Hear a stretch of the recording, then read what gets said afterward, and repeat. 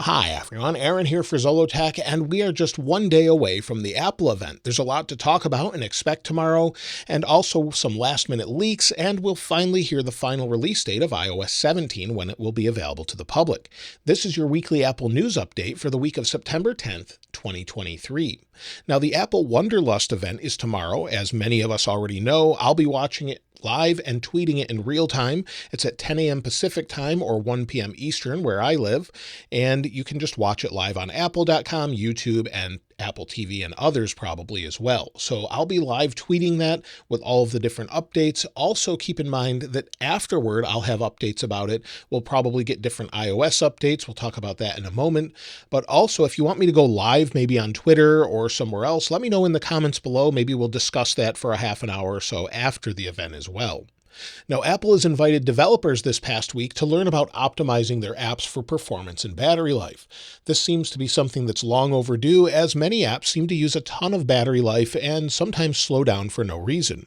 As Apple updates their OS, different things change, and for example, Twitter seems to use a lot of power in the background as it runs at a constant 120 Hz on ProMotion displays. Now, of course, you could disable ProMotion, where it actually would take away from phones such as the iPhone 14 Pro Max and others with 120 Hz ProMotion display. However, the developer has the option to ramp that down when the screen's not moving, so that saves some power. So hopefully they'll really optimize this, people take it seriously, and get those things optimized. Now, Hermes has long provided different accessories for Apple Watches and iPhones, and it seems like they've removed all of their different accessories for the Apple Watch that are leather ahead of tomorrow's event. Now, this is not unlike what they've done in the past. Some people have said that Hermes just won't offer them altogether if Apple's moving away from leather. We've talked about that before, but any accessories that have to do with leather watch straps for Apple Watch are just not here anymore. However, there are some accessories such as iPhone ones that are still there. So I don't think that they're going away. They could offer them third party, but they just may not be available on Apple's website. Now, during the filming of this video, Apple released a couple new software updates. iOS 15.7.9 and iPadOS 15.7.9 are now available for older devices, including this iPhone 6s Plus. They also updated macOS 11.7.10 as well as macOS 12.6.9. If we go to Apple's security update website, you can see the latest updates here. So iPhone 6s, 7, iPhone SE 1st Gen, iPad Air 2, iPad Mini 4th Gen, and iPod Touch 7th Gen. All of those are available now, and they patch a couple different important exploits, or one exploit for Image I/O. This is what they patched last week, basically, with the update iOS 16.6.1, so make sure you install this on your older device if you haven't already to patch this security update. Now, as far as iOS 17, like I said, we can expect the final version date to release tomorrow. However, usually after the event, we get the iOS 17 RC version. So that's typically what we see, the release candidate, which is usually the final version that releases to developers and public beta testers. We get to use it for about a week. If there's no additional bugs, that's the final version. That's what we can expect after the event. Also, after iOS 17 launches, which will again get that date tomorrow, that could be as soon as the 13th, but more likely on the 18th. After that launch this week or next week, we should see iOS 17.1 betas as well. Maybe we'll finally get that journaling app and some other features. So those are things we're actually looking forward to that we could see very soon. Also, we're already getting iOS 18 rumors also. And recently, someone has said that Apple is pouring a lot of attention into Siri to have major improvements with iOS 18. This goes along with the latest information from Apple spending millions of dollars per day on conversational AI, according to Wayne Ma at The Information. So if they're really working towards some different AI, it may take them a while, but Siri could be hugely better, maybe with iOS 18. I know we've said this every year, so maybe it won't change, but it seems at least they're focusing on it a little bit more. Now, also an improvement this year will be USB-C on iPhones. And if you need a charger or power adapter, that's where today's sponsor comes in, Anker. Anker sponsored this video, and this is their latest power bank I've been using, the new Anker Prime 27,650 milliamp hour power bank. It has up to 250 watts of power, and it shows you exactly how much power is being sent to your device and allows you to optimize battery on your own schedule through an app. When you want to recharge the power bank, you can just set it on the available dock, which also charges other devices at the same time. And if you want a fast charging solution for your desk, this is the Anker Prime 240 watt desktop charger. The Anker Prime lineup features Active Shield 2.0 to help monitor temperature when it's charging and keep the devices from getting too hot. I'll link it in the description if you want to check it out. And as we talked about last week, Apple may be getting rid of leather cases altogether this year. And now we're hearing they may be getting rid of silicone as well a little bit later on. This is according to Kosutami, who showed the braided iPhone cables beforehand and now has said that Apple may discontinue both silicone and leather cases and replace them with the fine woven cases. I personally would welcome them reducing the amount of cases they sell. Many people really like the silicone cases, but then there's others that find them not to be so durable, as this one, you'll see it has a little nick out of it where it just removed some of the silicone. They don't seem to be super durable over a period of a year or so, so to have them replace it with something that's a little nicer, maybe more sustainable, and maybe completely different that we haven't seen in years would be really nice. We could see some silicone cases for a while, as iPhone 14 cases may fit the iPhone 15 cases, but I wouldn't expect new colors. Those fine woven cases we've seen all over the place seem to be the replacement. Now, a recent post by Majin Buu, or Majin, depending on who you ask, on Twitter shows sort of what looks to be a fake version of the MagSafe battery pack with USB-C. This is also one of the people who first posted about the fine woven cases we expect to see, and now Apple is moving everything to USB-C, accessories, cases for AirPods, and more, so this makes a lot of sense. When it comes to the iPhone 15, 15 Plus, 15 Pro, and 15 Pro Max, according to Mark Gurman this week, the next large iPhone will be called iPhone 15 Pro Max. There will be no Ultra name. That name maybe will be coming later on, maybe next year, maybe never, but it seems it's going to be Pro Max still. And we know that it's made out of titanium. We've seen some of the colors here with what's expected to be called Titan Gray and maybe a new dark blue color, and they're expected to have titanium as the frame instead of stainless steel.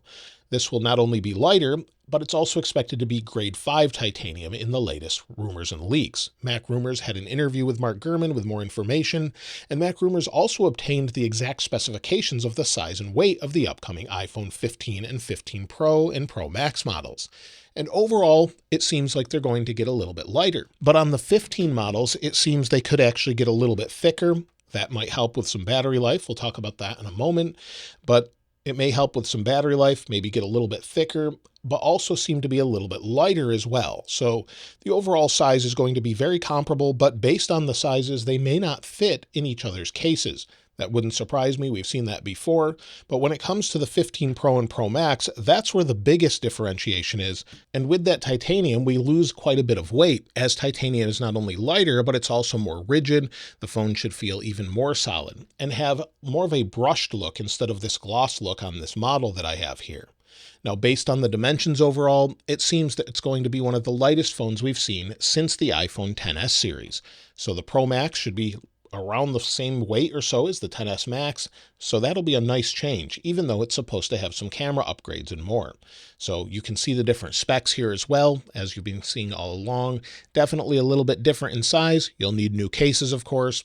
And when it comes to the action button is said to allow for a lot of different customization this year. So not only a silent switch, but it could be programmed to do other things, such as the camera, flashlight, focus modes, accessibility, and more. So press it, go right into your camera, or something else if you want it as sort of a quick action button. I think this makes a lot of sense, as typically when I get an iPhone, I just turn the switch to silent and never touch it again.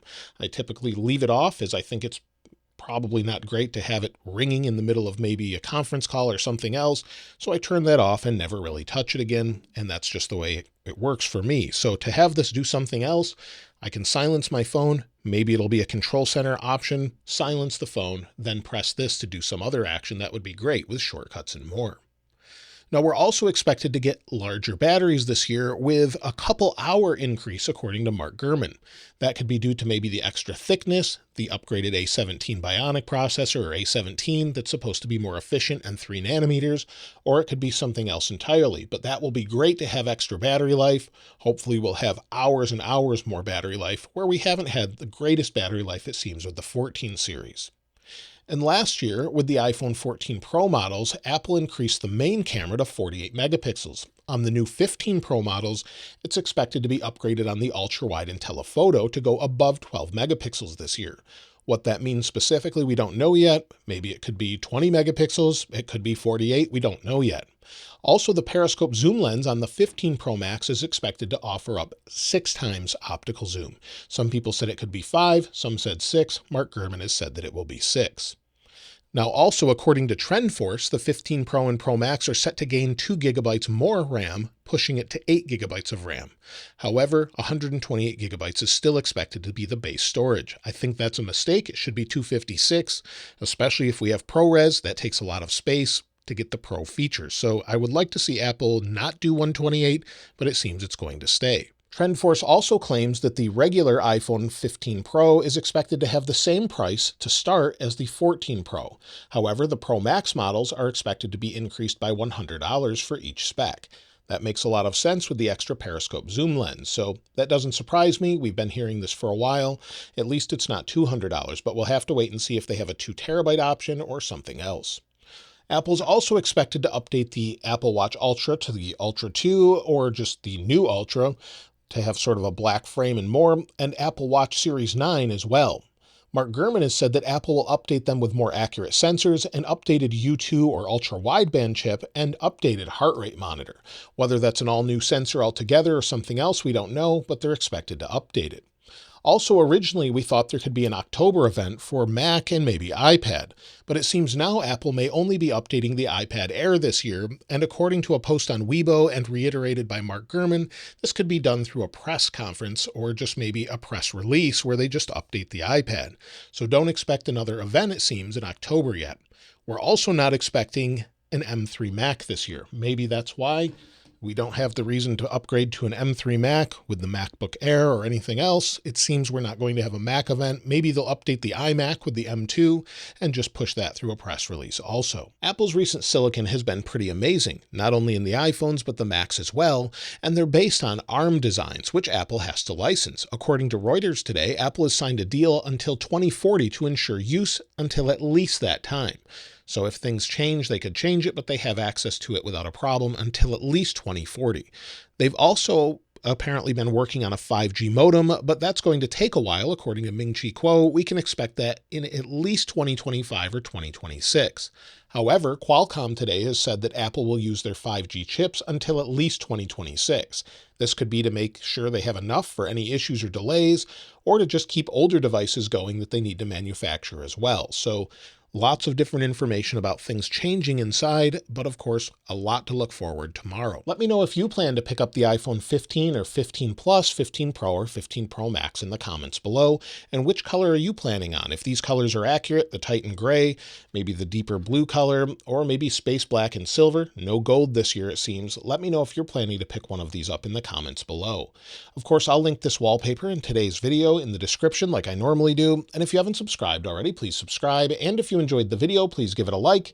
As always, thanks for watching. This is Aaron. I'll see you next time.